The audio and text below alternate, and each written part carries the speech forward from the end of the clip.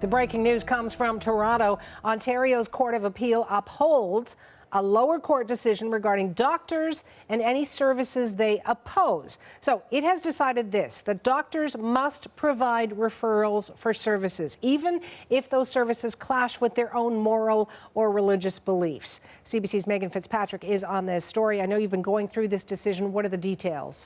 So this case was brought to the Court of Appeal by a group of individual doctors and then three medical groups, Suhana: the Christian Medical and Dental Society of Canada, the Canadian Federation of Catholic Physician Societies, as well as Canadian Physicians for Life. They were challenging this policy that's in place by the College of Physicians and Surgeons of Ontario.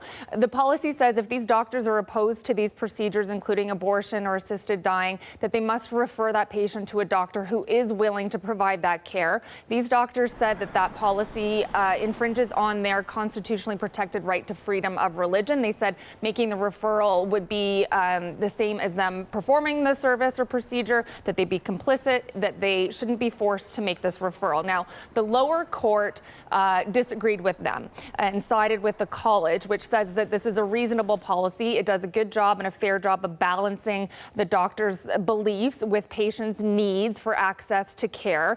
And today, the appeal court essentially agreed with all of the arguments and the decisions, the ruling from the lower court last year, saying that lower court correctly found that the policy, the benefits of the policy, outweigh the burden that it places on these doctors. It also said in the ruling that doctors don't have a constitutionally protected right to practice medicine. They are part of a publicly funded, regulated profession. They say they're subject to requirements that focus on the public interest, not their own private interests, and that the policy presents, yes, difficult choices for religious doctors, but that they do have choices. For example, the policy sets out if they don't want to make the referral themselves, they can try and designate someone else within their practice to do it.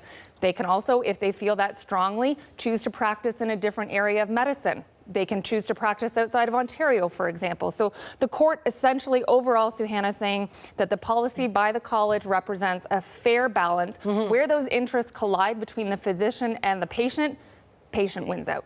Now, this decision just came out recently in the last hour, so people are still digesting it. Is there reaction, though? Yeah, this was a very closely watched case, and there were a number of interveners in it on both sides when the appeal was heard in January. We have a quick reaction from the group Dying with Dignity. They were one of the interveners, and actually the ruling says, the judge that wrote it, that he relied a lot on the testimony of Dying with Dignity to inform his decision. That group calls this a good day for Ontario. This ruling saying it puts the most vulnerable people first. We, of course, are watching for reaction from the groups who took this to court.